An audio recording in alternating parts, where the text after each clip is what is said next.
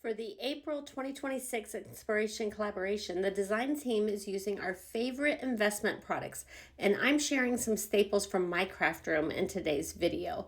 This is the Splash of Sparkles Specialty Designer Series paper, and it is still available online, but it's at low inventory.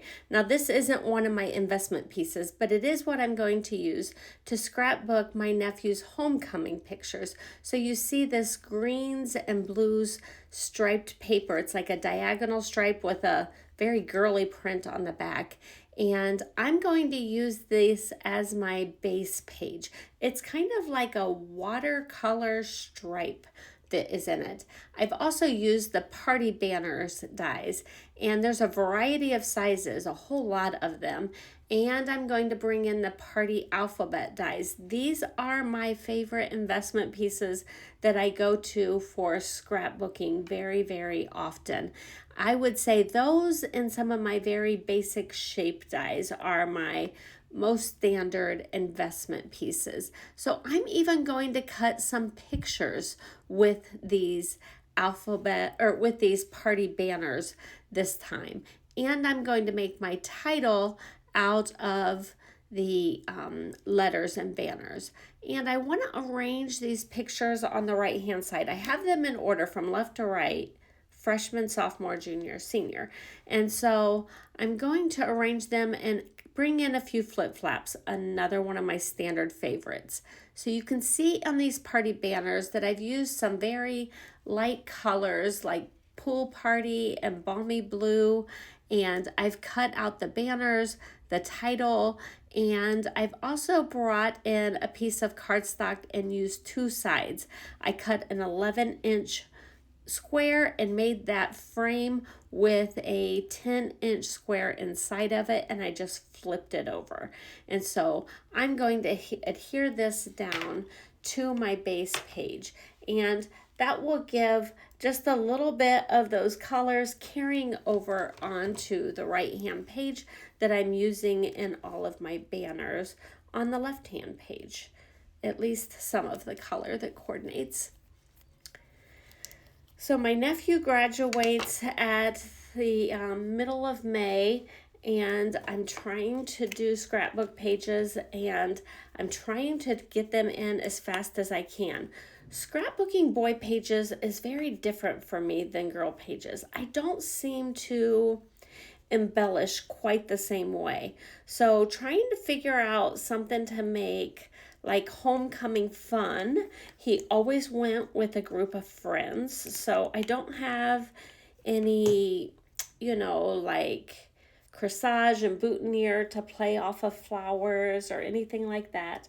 So I'm just trying to make it very fun and kind of like what his pictures show. They did get all dressed up and all of the traditional things, but then it mostly looked like he had a blast with all of his friends when he was there. So I'm just going for kind of a playful, fun vibe for this whole entire layout.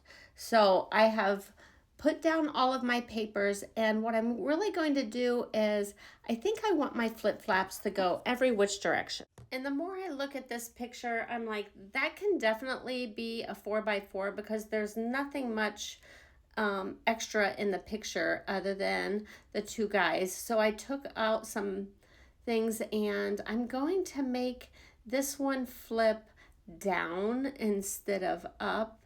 And I think I've got everything going, so I've got flip flaps going different directions. I like to do that because then it gives a really good interactive feel to your layout, and it just makes it very interesting. Now you can see my Stampin Blends kind of look like a little bit of extra color or shading, and they will dry back a little bit lighter.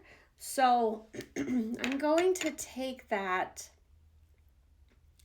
the bigger end of the stamping blend and just draw lines all the way around all of these banners, the ones behind the two pictures and the ones with the letters on them as well.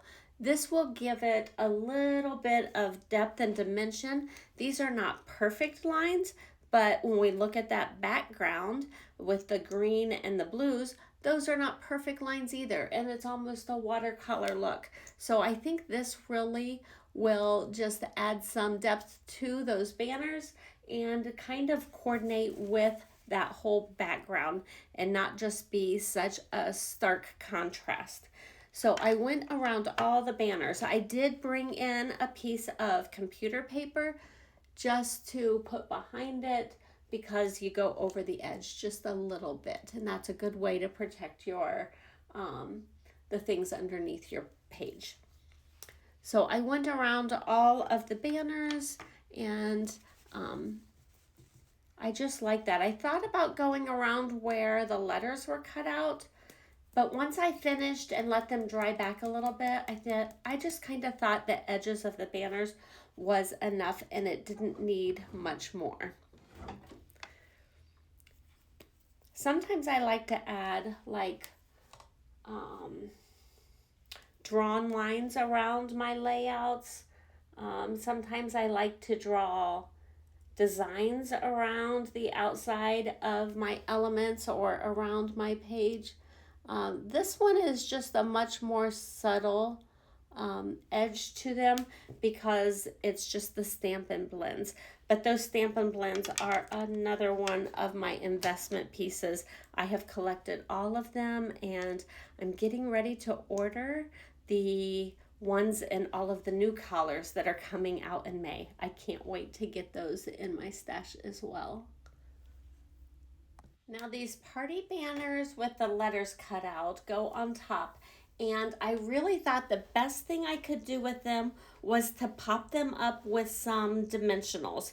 So I am coming in with my dimensionals, and you know I use every bit of these, so I'm going around using up the outside of those dimensionals and then using pieces from the inside. And I do have some that are the mini dimensionals, but if I needed any smaller pieces, I just cut some of these in half because I am not working in any super tight spaces, and I think this will work just fine. So I'm going to put this ho-ho, that's kind of like the kids' abbreviated version of saying homecoming. I don't know if it comes from them texting so much or what, but they abbreviate a lot of things. So that's what my nephew had on all of his little envelopes with pictures. So I'm like, why not? It would be a lot easier to fit ho-ho across the front and top instead of homecoming. And I do go and journal on the back of one of these pictures in a flip flap. So I do say that it's homecoming in one of those longer spots where I was able to explain things. So I'm just going to pop up these party banners that have the alphabets cut out, and we'll use the negative space for the word to show through those banners. I don't know if you've seen it recently, but when they came out with all of these letters, they also came out with like 20 some maybe ways that you could use your party banner letters. And if you order from my website, katiweeks.stampinup.net, and that is linked in below in my description. If you order these party banners, I will send you that PDF that has all of the great inspiration and ideas of how you can use these letters. So I have used one of those techniques right here by cutting it out and using the negative space to show through for the letters. And here I just wrote on them freshman year, sophomore, junior, senior, so that you know which pictures were from which year. And I put them in chronological order as well, so that should make a little bit more sense to people as well. And when I was getting ready to put this picture on the far left, I wrote out my little description about Brock going with all of his friends and having a great time each year. And then I realized I did not write it upside down, and that previous flip flap on the left was a top flip flap top adhesive, and so I need a side one. So I had to go switch out my flip flaps for a side one, but it worked out absolutely perfect because I had those flip flaps going 3 different directions and I did not have any of them flipping out to the left. So by switching this one to a left flip, it actually worked perfect. So now I will have my flip flaps going all 4 different directions on the final layout, and you can see I put it in there, and the banner is not big enough to fill all of the 4 by 6 inches tall, but that's all right because you can read through that flip flap and you'll be able to see that it's freshman year. I will not put these flip flaps down until I get to the final put all of the pages in the final scrapbook, because I used a lot of flip flaps and I want to make sure the flip flaps are on the right pages with the correct layouts on the back, if that makes sense. So for now, I'm just going to lay them on there to show you. I did have to switch one picture because when you flipped it, it went upside down. And so I need to make sure they're all facing the right direction. And the back of this picture, again, does not have anything behind it, so it's going to be another journaling opportunity. So I thought I'd bring in that other color, I believe it's Pool Party, that has not been used on the right side of the layout. And so I'm going to use that. Maybe I'll bring in the light side, I'm not sure, for the back of this picture for some more journaling opportunities.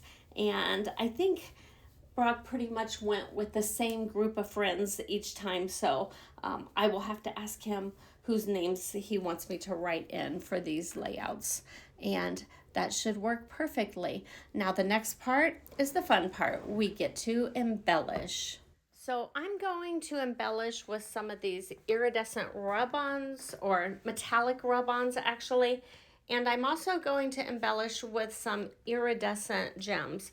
Now, I actually have some leftover ones that come from, I think maybe leftover from a paper pumpkin kit or something like that. So this is just my miscellaneous gems, but they're a lot smaller than the ones that came in the other embellishment pack. And so I'm going to use those, and then I'm going to use these rub-ons, and I just absolutely love them. You barely have to rub to get them to rub onto the layout. They are just so fabulous, and they just add a little bit of sparkle and shine behind things, and it just gives it a really fun, playful look. So I really like using these rub-ons, and the more I think about it, I really think it would be cool if Stampin Up would come out with some rub-ons that were in some other colors, not just the silver and gold, because these are so much fun. Can you imagine if they were in like browns and tans, and it could look like splots of dirt, or I just think all sorts of colors would be really, really fun. And when I was working on this, I was trying to figure out initially, when I did the banner across the top for the title, I wanted to run some ribbon or some string of some sort, twine, and I couldn't find what I wanted. And ultimately I decided I would use some of these rub-ons across the top, and I really like how that turned out as well. It wasn't something extra bulky, it wasn't too hard to fit it in with everything going on, and it just seemed to work just perfectly on this layout. And the last embellishment are those iridescent gems. I'm just going to tack those up to the corners of the top of each banner, and then I'm going to add them beside the words junior and senior to kind of make those stand out on the layout as well.